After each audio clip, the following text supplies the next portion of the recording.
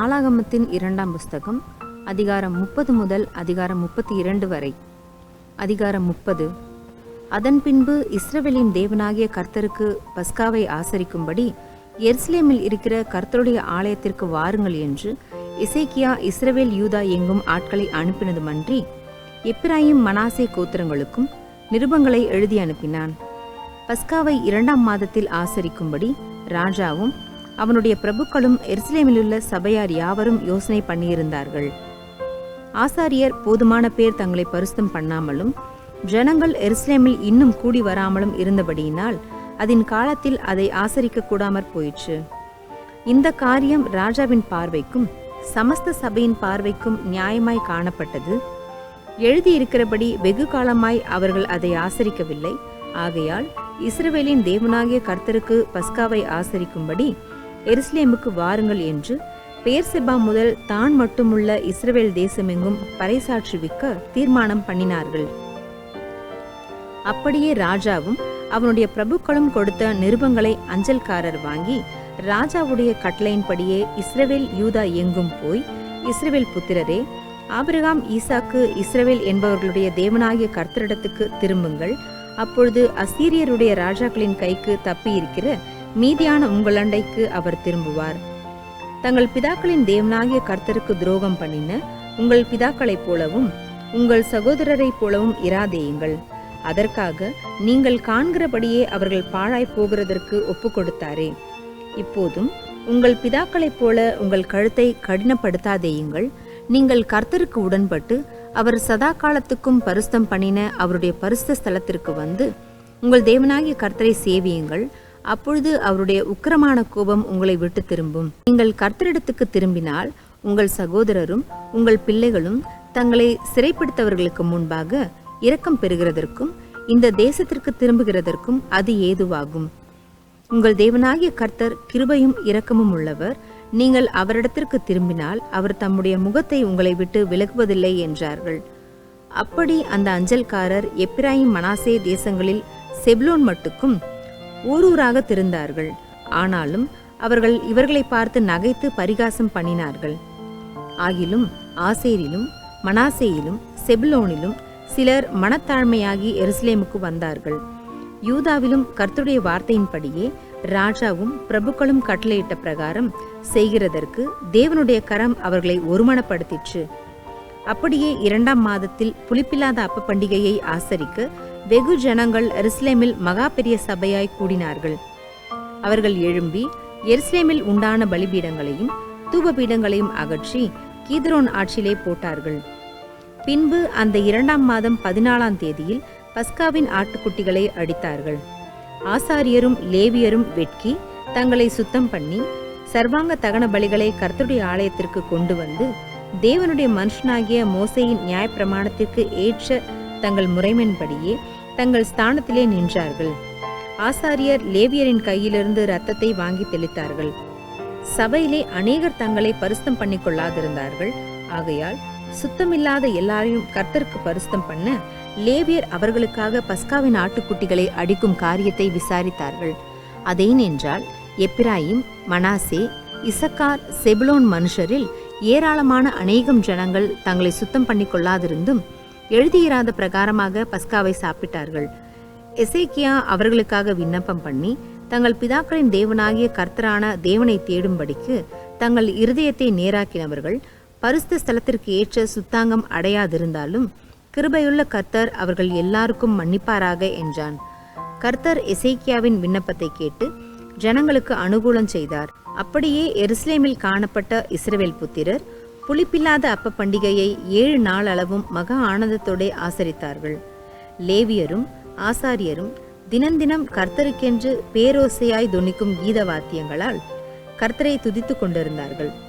கர்த்தருக்கு அடுத்த காரியத்தில் நல்ல உணர்வுள்ள எல்லா லேவியரோடும் எசேக்கியா பட்சமாய் பேசினான். இப்படி அவர்கள் பண்டிகையின் 7 நாள் அளவும் புசித்து ஸ்தோத்திர பலிகளை செலுத்தி தங்கள் பிதாக்களின் தேவனாகிய கர்த்தரை துதித்து கொண்டிருந்தார்கள். பின்பு வேறே 7 நாளளவும் ஆசரிக்க சபையார் எல்லாரும் யோசனை பண்ணி அந்த 7 நாளும் ஆனந்தத்தோடு ஆசரித்தார்கள். யூதாவின் ராஜாவாகிய எசேக்கியா சபைக்கு 1000 காளைகளையும் 7000 ஆடுகளையும் கொடுத்தான். பிரபுக்களும் சபைக்கு 1000 காளைகளையும் 10000 ஆடுகளையும் கொடுத்தார்கள்.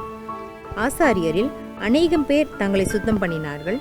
யூதாவின் சபை அனைத்தும், ஆசாரியரும் லேவியரும் இஸ்ரவேலிலுமிருந்து வந்தவர்களுடைய சபை அனைத்துமாகிய இஸ்ரவேல் தேசத்திலிருந்து வந்த அந்நியரும் யூதாவில் குடியிருந்தவர்களும் மகிழ்ச்சியாயிருந்தார்கள். அப்படியே எருசலேமில் மகா சந்தோஷம் உண்டாயிருந்தது. தாவீதின் குமாரனாகிய சாலமோன் என்னும் இஸ்ரவேலுடைய ராஜாவின் நாட்கள் முதற்கொண்டு இப்படி எருசலேமில் நடந்ததில்லை. லேவியரான ஆசாரியர்கள் எழுந்து நின்று ஜனத்தை ஆசீர்வதித்தார்கள். அவர்களுடைய சத்தம் கேட்கப்பட்டு அவர்களுடைய விண்ணப்பம் அவருடைய பரிசுத்த வாசஸ்தலமாகிய பரலோகத்தில் வந்து எட்டினது. அதிகாரம் 31.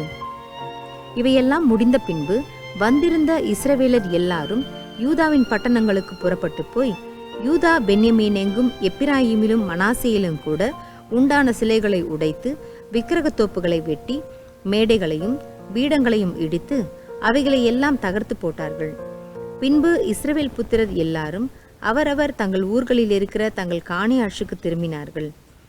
எசேக்கியா ஆசாரியர் லேவியருடைய வகுப்புகளை அவர்கள் வரிசைகளின் படியேயும் அவரவரை அவர்கள் ஊழியத்தின் படியையும் திட்டப்படுத்தி ஆசாரியரையும் லேவியரையும் சர்வாங்க தகன பலிகளையும் சமாதான பலிகளையும் செலுத்தவும் கர்த்தருடைய பாளையத்தின் வாசல்களில் ஊழியம் செய்து துதித்து ஸ்தோத்தரிக்கவும் ஒழுங்குபடுத்தினான். ராஜா கர்த்தருடைய நியாயப்பிரமாணத்தில் எழுதியிருக்கிறபடியே அந்தி சந்திகளில் செலுத்த வேண்டிய சர்வாங்க தகன பலிக்கும் ஓய்வு நாட்களிலும் மாத பிறப்புகளிலும் பண்டிகைகளிலும் செலுத்த வேண்டிய சர்வாங்க தகன பலிக்கும் தன் ஆஸ்தியிலிருந்து எடுத்து தன் பங்கை கொடுத்தான்.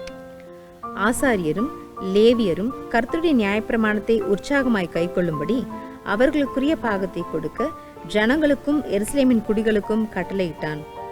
இந்த வார்த்தை பிரசித்தமான போது இஸ்ரவேல் புத்திரர் தானியத்திலும் திராட்சரசத்திலும் எண்ணெயிலும் தேனிலும் நிலத்தின் எல்லா வரத்திலும் முதற் பலன்களை திரளாக கொண்டு வந்து சகலத்திலும் தசம பாகத்தை பரிபூர்ணமாய் கொடுத்தார்கள்.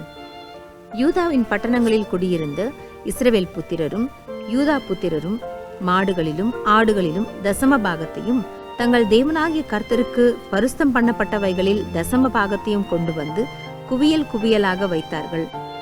3ஆம் மாதத்தில் குவியல் செய்ய தொடங்கி 7ஆம் மாதத்தில் முடித்தார்கள். எசேக்கியாவும் பிரபுக்களும் வந்து அந்த குவியல்களை காணும்போது கர்த்தருக்கு ஸ்தோத்திரம் செலுத்தி அவருடைய ஜனமாகிய இஸ்ரவேலை புகழ்ந்தார்கள். அந்த குவியல்களை குறித்து எசேக்கியா ஆசாரியரையும் லேவியரையும் விசாரித்த போது சாதோக்கின் சந்ததியானாகிய அசரியா என்னும் பிரதான ஆசாரியன் அவனை நோக்கி, இந்த காணிக்கையை கர்த்தருடைய ஆலயத்திற்கு கொண்டு வர தொடங்கினது முதல் நாங்கள் சாப்பிட்டு திருப்தி அடைந்தோம், இன்னும் மிச்சமும் இருக்கிறது. கர்த்தர் தம்முடைய ஜனத்தை ஆசீர்வதித்ததினால் இந்த திரட்சியான அம்பாரம் மீந்திருக்கிறது என்றான். அப்பொழுது எசேக்கியா கர்த்தருடைய ஆலயத்தில் பண்டசாலைகளை ஆயத்தப்படுத்த சொன்னான். அவர்கள் அவைகளை ஆயத்தப்படுத்தின பின்பு அவைகளிலே காணிக்கைகளையும் தசம பாகத்தையும் பரிசுத்தம் பண்ணப்பட்டவைகளையும் உண்மையாய் எடுத்து வைத்தார்கள்.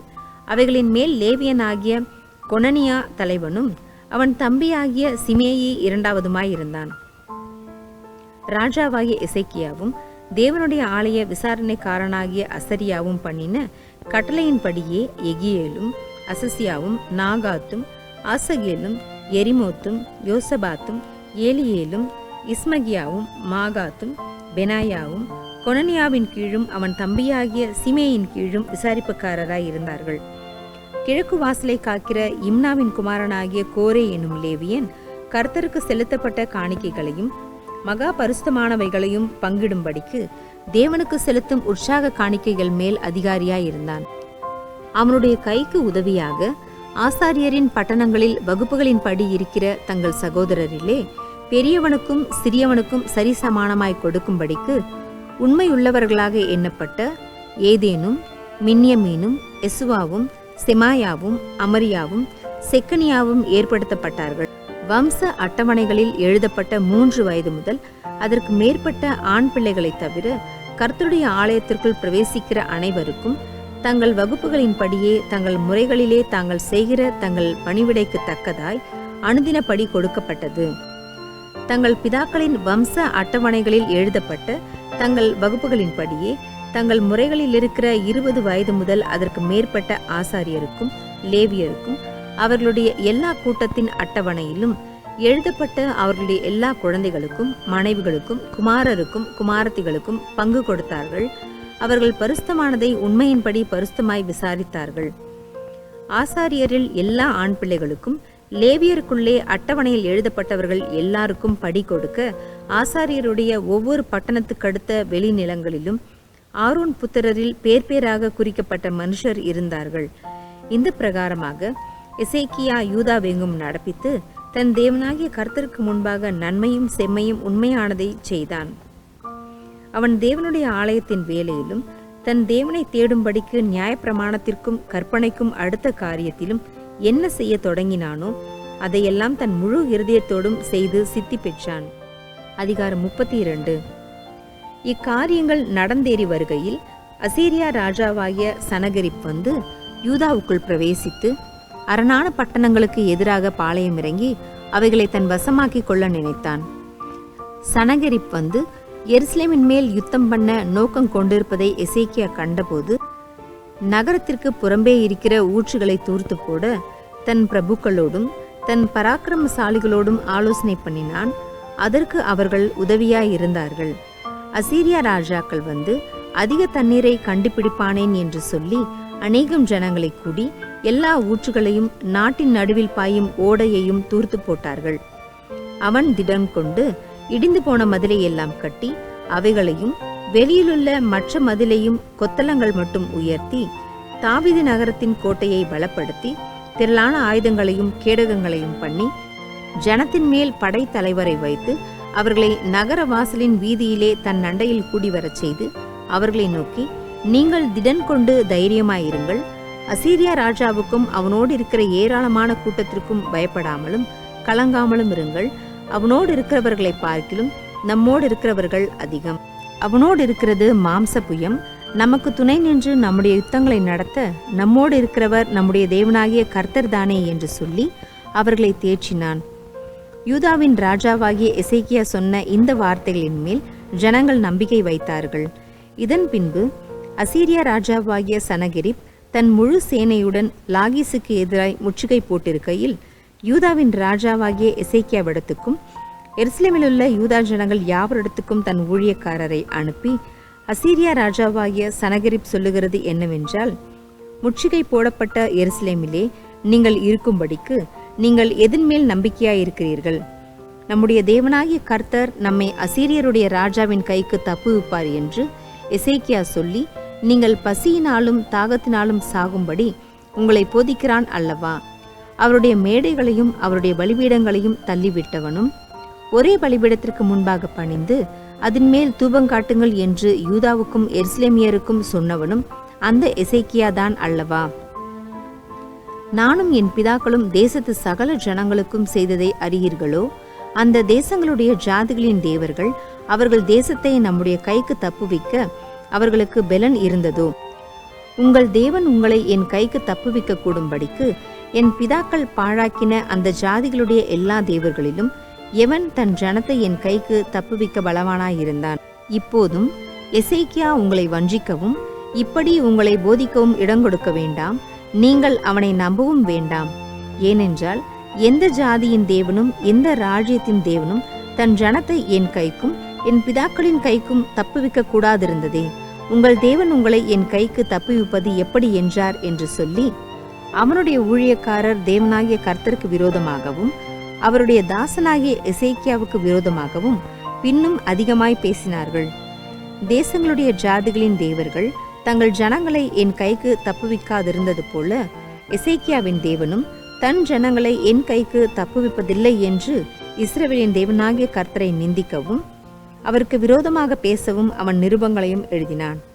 அவர்கள் அலங்கத்தின் மேலிருக்கிற எருசலேமின் ஜனங்களை பயப்படுத்தி கலங்க பண்ணி தாங்கள் நகரத்தை பிடிக்கும்படி அவர்களை பார்த்து யூதா பாஷையிலே மகா சத்தமாய் கூப்பிட்டு, மனுஷர் கைவேலையினால் செய்யப்பட்டதும் பூச்சக்கரத்து ஜனங்களால் தொழுது கொள்ளப்பட்டதுமாய் இருக்கிற தேவர்களை குறித்து பேசுகிற பிரகாரமாக எருசலேமின் தேவனையும் குறித்து பேசினார்கள்.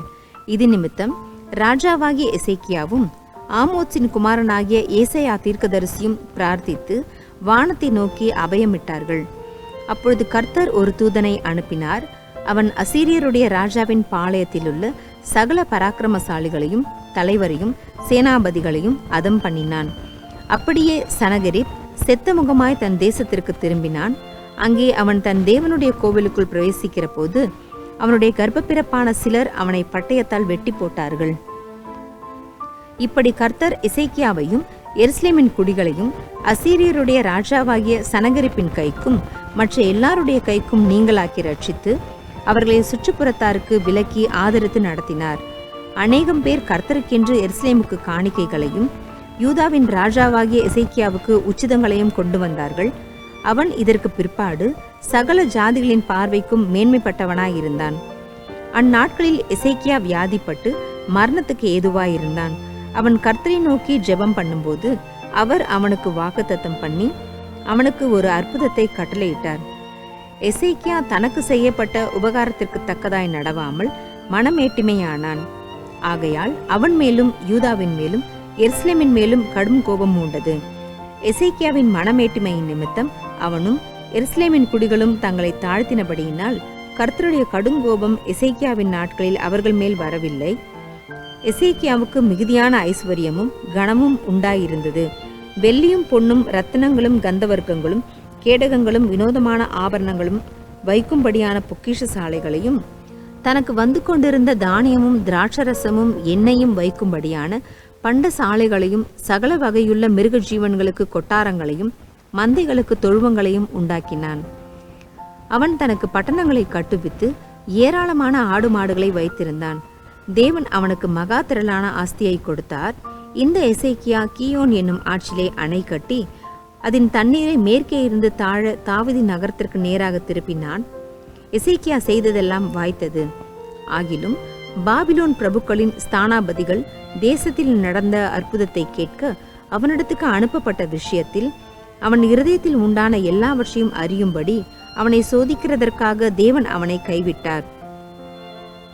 எசேக்கியாவின் மற்ற வர்த்தமானங்களும் அவன் செய்த நன்மைகளும் ஆமோத்சின் குமாரனாகிய ஏசாயா தீர்க்கதரிசியின் புஸ்தகத்திலும் யூதா இஸ்ரவேல் ராஜாக்களின் புஸ்தகத்திலும் எழுதியிருக்கிறது. எசேக்கியா தன் பிதாக்களோட நித்திரை அடைந்த பின்பு அவனை தாவீது வம்சத்தாரின் கல்லறைகளில் பிரதானமான கல்லறையில் அடக்கம் பண்ணினார்கள். யூதா அனைத்தும் எருசலேமின் குடிகளும் அவன் மரித்தபோது அவனை கனம் பண்ணினார்கள். அவன் குமாரனாகிய மனாசே அவன் ஸ்தானத்தில் ராஜாவானான்.